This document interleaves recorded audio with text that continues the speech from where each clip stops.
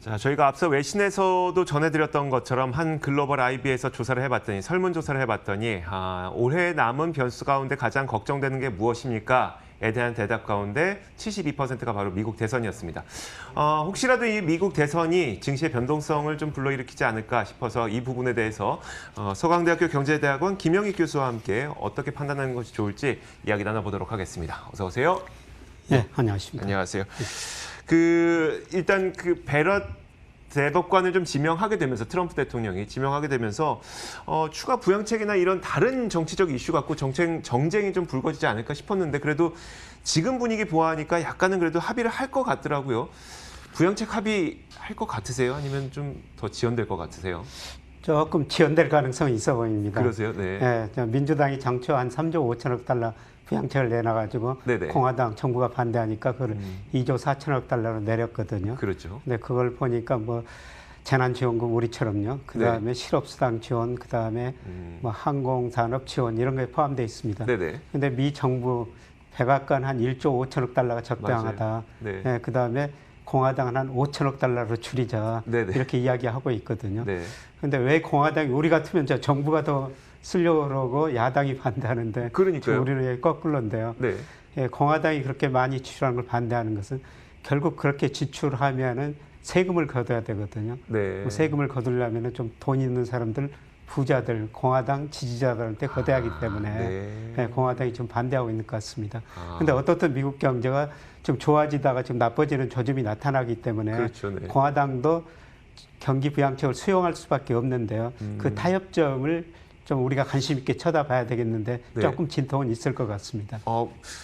이런 거 교수님한테 여쭤봐도 될지 모르겠지만 그러면 어느 정도 금액대가 될 것 같으신지 혹시 그래도 이런 거 있잖아요. 그러니까 정확한 금액을 우리가 계산할 수는 없더라도 네. 이 정도 금액으로 타협을 하게 된다면 시장에서는 좀 나쁘지 않게 받아들일 것 같고 너무 적은 금액으로 하게 된다면 시장에서는 좀 나쁘게 받아들일 것 같고 이런 어느 정도의 그 대략적인 금액 규모는 있지 않을까요? 뭐 미 정부 백악관이 한 1조 5천억 달러, 민주당이 2조 4천억 달러니까 네네. 그 중간 어디인가 될 수가 있는데요. 네. 예, 그런데 증시는 저는 이미 이걸 타결을 미리서 좀 반영하고 있다. 타결을 다 반영한 예, 상태다. 지난주 금요일도 주가 많이 오르고 어제도 지금 많이 올랐지 않습니까? 네네. 예, 상당 부분 반영했다. 이게 타결되더라도 앞으로 그렇게 큰 반응은 안 할 것이다. 그리고 혹시라도 규모가 적거나 타결이 안 되면은 네. 저는 상당히 한번 충격을 받을 거라고 생각하고 있습니다. 알겠습니다. 근데 요즘에 앞서 말씀하셨던 것처럼 소비 지표라든지 아니면 여러 가지 내구재 주문도 그랬고요. 네. 주문 지표를 보면은 개선되는 속도가 확연히 둔화된 건 사실이거든요. 그럼 예. 재정 부양은 반드시 필요한 상태인데 그런 상태 아닌가요? 예, 맞습니다. 뭐 파월 연준 의장 심지어는 라가르드 22 총재도 통화정책보다는 재정정책이 더 효과적이다. 네네. 이런 이야기를 많이 하고 있거든요. 예, 그만큼 통화정책 효과가 없다는 겁니다. 네. 우리가 교과서에 보면 통화정책 파급 경로라고 그러는데요. 네. 금리를 내리고 통화를 풀면은 소비 투자가 증가해지고 경제가 회복된다는 거죠. 네. 예, 그리고 금리를 내리면은 자산 가격이 올라가지고 네. 예, 부의 효과에서 소비가 증가한다는 겁니다. 네네. 근데 두 효과가 지금 작동이 안 돼요. 금리 0% 내렸어도 미국 소비가 별로 안 늘어나거든요. 네네. 지금 미국 그 소비 심리가 굉장히 지금 위축된 상태예요. 그렇죠. 네. 오늘 저녁에 9월 컨퍼런스 소비자 신뢰 지수가 발표됩니다. 조금 개선될 거라고 보고 있는데요. 네네. 근데 미국 가계가 과거에는 소득이 생기면 거의 다 소비 지출을 해버렸거든요. 그랬죠. 네. 근데 올 7월까지 보니까 무려 가계 저축률이 17.7%예요. 그렇게 금리가 낮아서 소비를 안 하거든요. 농담으로 미국에서 살던 친구가 해줬던 얘기가 미국에서 가장 좋은 부모님은 빚을 안 물려주는 부모님이라고 할 정도로 그쪽은 이제 소비를 워낙 많이 했었는데 지금은 저축을 그렇게 많이 한다는. 예. 그만큼 코로나 영향을 심각히 좀 받아들일 것 같고요. 예, 그다음에 가계 주가가 오르면 소비 심리가 많이 개선됐어야 했는데 네네. 올해 들어서는 지금 주가는 많이 올랐지 않습니까? 네. 근데 소비 심리는 거의 정체예요. 그러니까 통화정책 파급 경로 중에서 금리 경로, 자산 가격 경로가 지금 작동하지 않는다는 겁니다. 네. 그래서 통화정책 효과가 없으니까 결국 재정정책으로 경기를 부양해야 된다. 이런 이야기가 나오는 거죠. 그러면 공화당 입장에서도요, 교수님. 예.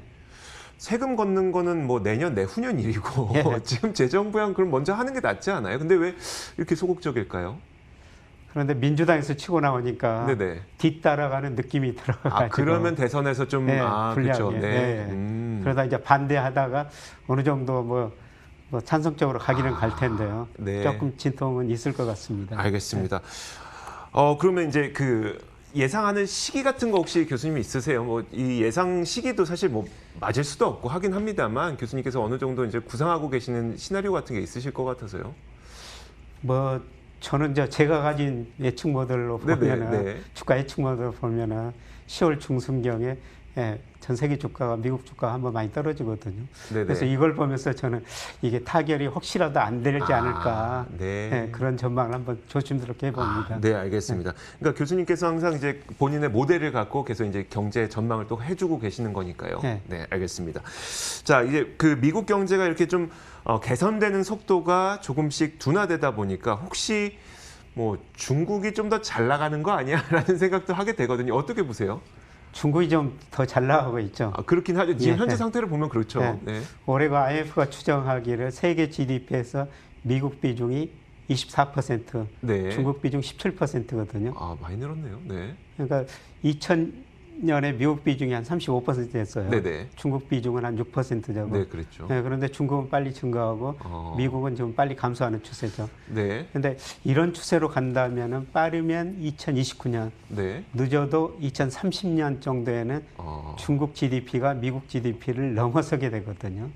이게 역전된다고요? 역전될 가능성이 있습니다. 좀 우리가 상상해보지 못했던 건데요. 네. 네, 그리고 2040년 정도 되면 좀 먼 일이지만 네네네. 현재 중국하고 미국 기치가 현재 완전히 바뀌게 돼요. 지금 중국 비중이 17%, 미국 비중이 24%라고 말씀드렸습니다. 네네네. 2030년부터 역전되기 시작해가지고요. 2040년 되면은 네. 중국 비중이 24%, 미국 비중 18%. 지금 상황하고 완전히 역전되는 상황이 전개될 수가 있는 거죠. 네네. 물론 그 사이에 네.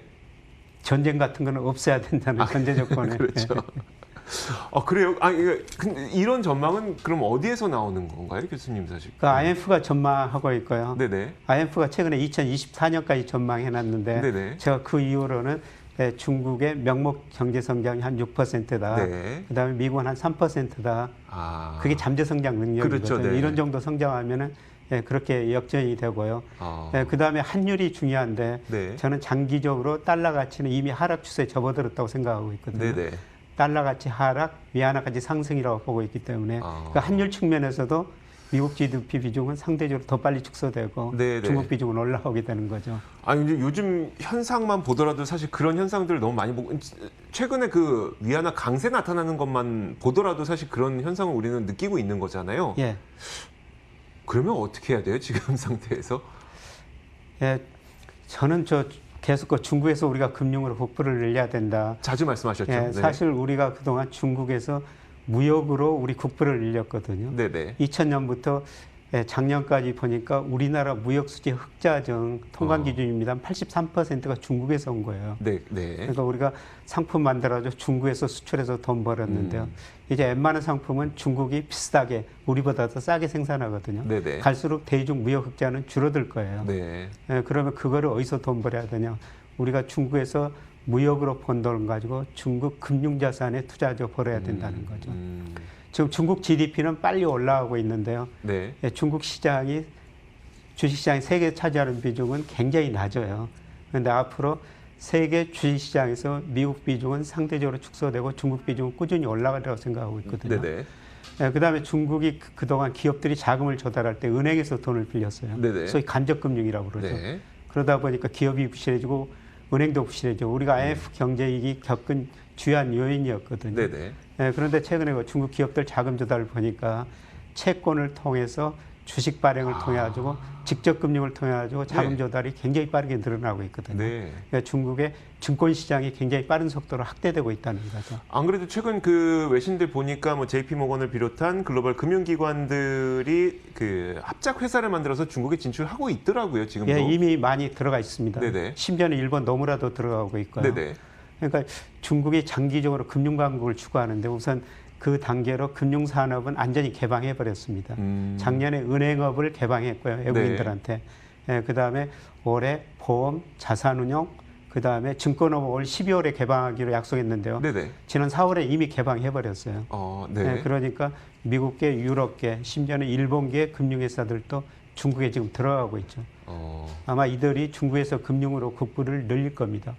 그런데 미국이 중국보다 훨씬 잘한 건 딱 한 가지 있죠. 뭐 뭐죠? 여러 가지가 있을 수 있는 네. 금융입니다. 네네. 아, 그렇죠. 네. 그러니까 미국도 아마 중국에서 금융으로 국부를 늘리려고 미국계 금융회사들이 이미 그렇게 많이 들어가고 있고 아마 그 시기를 우리도 놓치지 말아야 될 것 같습니다. 알겠습니다. 그 시기는 이미 진행이 되고 있는 거잖아요. 이미 시작되고 있다고 생각하고 있고요. 그럼 개인 투자자분들은 이런 그 대형 트렌드를 보고 어떤 식의 접근을 하면 좋을까요? 좀 조언을 해주신다면요. 그동안 우리가 미국 주식 투자를 많이 했는데요. 네네. 미국 주식 비중은 조금 줄이고 그 줄인 만큼 저는 중국 비중을 올리는 게 네. 앞으로 4, 5년 동안 보면은 미국 주식도 상승하겠지만은 중국 주식 상승률이 미국보다는 훨씬 더 높으리라고 생각하고 있거든요. 네. 그래서 저는 뭐 우리나라 연기금 같은 펀드 매니저들한테도 미국 주식 투자해도 그동안 돈 많이 버셨는데 그 네네. 비중 좀 줄이고 중국 비중을 좀 늘려달라 이렇게 좀 권유 드리고 있습니다. 근데 이제 지금까지 말씀하신 거는 사실 그동안 투자를 쭉 오래 해 오셨던 분들의 하나는 이야기일 것 같고요. 네. 사실 요즘에는 새롭게 이제 주식이나 아니면 투자에 진입하시는 주린이 분들도 굉장히 많기 때문에 네. 그런 분들은 그럼 좀 어떻게 하시는 게 좋을 것 같으세요? 그런 분들도 중국 시장에 많이 마찬가지로 관심을 갖죠.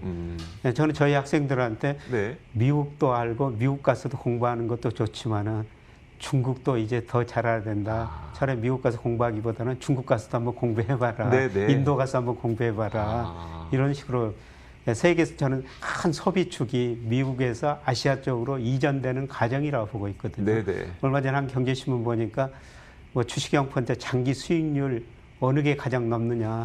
네. 아시아 소비재 펀드가 제일 수익률이 높은 거 제가 한번 봤었습니다. 그러니까 아시아 소비재 펀드. 세계 소비축이 미국에서 아시아 쪽으로 중국, 인도, 뭐 베트남, 인도네시아 이쪽으로 이동되는 과정인데 네네. 그런 것들이 주식시장에도 나타나고 있구나 그런 생각을 했거든요. 네. 그래서 뭐 젊은 분들도 뭐 미국도 많이 공부해야 되지만은 중국도 많이 공부하시는 게 필요할 것 같습니다. 그러니까요. 뭐 지금 중국에 대한 그 긍정적인 뷰를 보여주신다고 하더라도 본인이 갖고 있는 자산을 갑자기 쫙 빼서 중국으로 넣으라는 그런 얘기가 아니라 지금까지 갖고 있었던 이제 미국 비중이 높은 것을 일부 축소하면서 이제 중국 쪽으로 비중을 좀 높여봐라라는 이 말씀이시네요. 예, 그렇습니다. 포트폴리오를 구성해야 되죠. 한 나라만 투자하기보다는 네네. 우리나라, 미국, 뭐 유럽, 중국 투자해야 되는데 그동안 미국 비중이 굉장히 높으셨을 겁니다. 네네. 근데 미국 비중을 다소 축소하고 그만큼 중국 비중을 상대적으로 늘리는 게 좋을 것 같습니다. 와, 알겠습니다. 자, 이제 좀 장기적인 시각을 들어봤으니까 뭐 짧은 시각도 좀 들어보도록 하겠습니다. 단기적으로 이제 대선 토론회도 이제 오늘 밤부터 예정이 되어 있는 상태고 또 이제 대선까지 뭐 한 달여 남지 않았기 때문에 사실 변동성이 좀 커지지 않을까에 대한 우려가 있거든요. 이건 이제 미국 증시에 대한 이야기고요. 미국 주가가 뭐 나스닥이 먼저 떨어지고 그다음에 S&P 떨어지고 네네. 좀 뭐 지난 금요일 오늘 반등을 했는데요. 이게 조정 국면이 끝났느냐 그게 네네. 중요한 문제인 것 같은데 저는 네. 아직은 안 끝났다. 네. 이게 대선 전까지는 계속 조정 국면이 되고 특히 그 10월 중순 무렵에는 네. 여러 가지 그 불확실성 이런 게 적용되면서 한 번 더 그 조정 국면이 남아 있다. 네. 물론 그럴 때는 우리가 주식을 사야 되는데 네네. 아직 조정 국면이 끝난 건 아니다 이렇게 생각하고 있습니다. 네. 그러면 이제 이런 조정을 이용해서 매수할 수 있는 기회라고 생각하시는 건 맞는 거죠? 예, 저는 이제 큰 흐름으로 보면은 2022년 상반기까지는 전 세계 주가가 상승하는 국면이라고 생각하고 있거든요. 네네. 예, 대세는 큰 상승 국면이 2022년 상반기까지 지속되니까 네. 뭐 이런 조정 기간에 주식 비중을 늘려가는 게 좋은데 예, 지금은 그런 조금 더 현금을 가지고 있다가 네네. 예, 조금 더 조정 시기를 기다리시는 게 좋지 않을까 그렇게 생각합니다. 알겠습니다. 자, 미국과 중국 자산 배분 전략에 대해서는 저희가 이렇게 들어봤고요. 그러면 이제 혹시 국내에 계시는 분들은 아무래도 뭐 추석 연휴를 앞두고 좀 어떤 마음가짐을 가지는 게 좋을까요? 뭐 국내 주가도 미국 주가하고 거의 같이 움직이도 상관계수가 최근에 보니까 25일 상관계수가 0.96 정도 나오거든요. 거의 1에 예, 거의 육박하네요. 1에 가깝습니다. 네. 그러니까 미국 주가 조정받으면 우리 주가, 그러니까 우리 주가가 먼저 서니까 우리 주식시장이 먼저 네네. 서니까 네. 우리 주가를 미국 주가가 따라간다 이렇게도 그러니까. 과언은 아닌데요. 네네. 예, 그런데 전 세계 주가가 지금 중국이 지난 6월에 조정 국면에 들었고 네. 그다음에 8월 사실 초부터 우리 주가도 지금 박스권이지 않습니까? 그렇죠. 네. 예, 그리고 미국 주가가 9월부터 조정 국면이고요. 전 세계 조정 국면인데 이 조정 국면이 저는 한 10월 중순까지 좀 늦으면 10월 말까지도 지속될 수 있다. 예, 그래서 지금은 뭐 어떤 주식을 투자할지 공부할 때다. 아, 예, 네. 현금 비중을 조금 가지고 계신 분이 좋을 것 같고요. 물론 제 말씀처럼 말씀드린 것처럼 조정을 보이면은 주식 비중을 늘릴 시기라고는 보고 있습니다. 네네. 알겠습니다. 그런 식으로 시장 대응을 계속하시면 좋을 것 같습니다. 큰 그림 그려주셨습니다. 지금까지 서강대학교 경제대학원 김영익 교수와 함께 이야기 나눠봤습니다. 고맙습니다. 네, 고맙습니다.